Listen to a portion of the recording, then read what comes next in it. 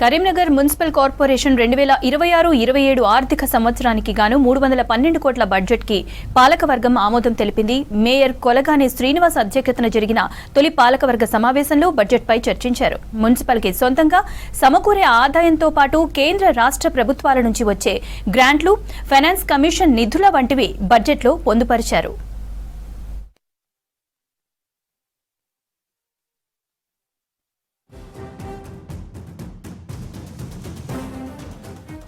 $312 కోట్ల బడ్జెట్ కి ఆమోదం తెలిపామని, ఇందులో 50 కోట్లు విలీన గ్రామాలకు నిధులు కేటాయించినట్లు తెలిపారు. కరీంనగర్ కొలగాని మేయర్ శ్రీనివాస్ 66 డివిజన్లకు సమానంగా తొలి విడతలో 10 లక్షల రూపాయల చొప్పున అభివృద్ధికి బడ్జెట్లో ప్రతిపాదనలు చేర్చినట్లు తెలిపారు.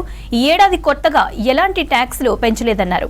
వేసవిలో తాగునీటి సమస్య రాకుండా చర్యలు తీసుకుంటున్నామని తెలిపారు. అయితే ఇదంతా ఫేక్ బడ్జెట్ అంటూ బీఆర్ఎస్, కాంగ్రెస్ కార్పొరేటర్లు మండిపడుతున్నారు.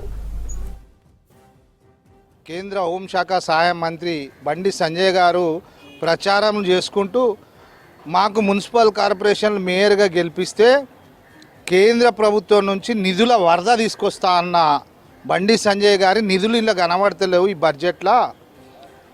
ఆ ఇష్యూ మీద మేము అడిగితే ఎవరు కూడా సమాధానం చెప్పే పరిస్థితి లేదు.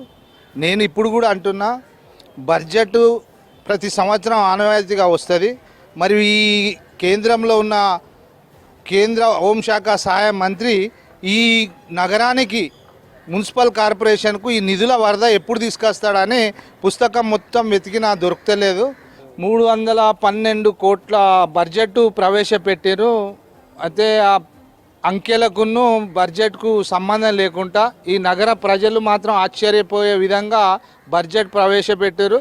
మరి అభివృద్ధి ఏ రకంగా చేస్తారనేది పాలకవర్గం వాళ్ళు చెప్పవలసిన అవసరం ఉంది.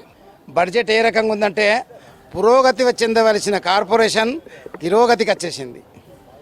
ఎవరైనా బడ్జెట్ను పెంచుకునే ప్రయత్నం చేస్తారు కానీ కార్పొరేషన్లో బడ్జెట్కు తగ్గించే ప్రయత్నం చేసింది. దీన్ని మేము తీవ్రంగా కౌన్సిల్లో వ్యతిరేకించినాం. దానికి సంబంధించిన విషయాలు కూడా చాలా చక్కగా మాట్లాడడం జరిగింది. ముఖ్య ఆదాయానికి ఎంత గండి కొట్టారంటే ఒక్క ఉదాహరణ చెప్పిన నేను వాళ్ళకు.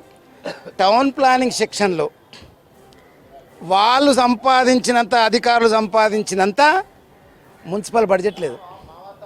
ట్యాక్సులు పెంచిండ్రు. 5 సంవత్సరాల దాకా ట్యాక్స్ పెంచొద్దు, ట్యాక్సులు పెంచిండ్రు. ముఖ్యంగా అలుగునూరుకి అయితే బడ్జెట్ ఇదేంది మార్కెట్ వాల్యూ ప్రకారం పెంచిండ్రు.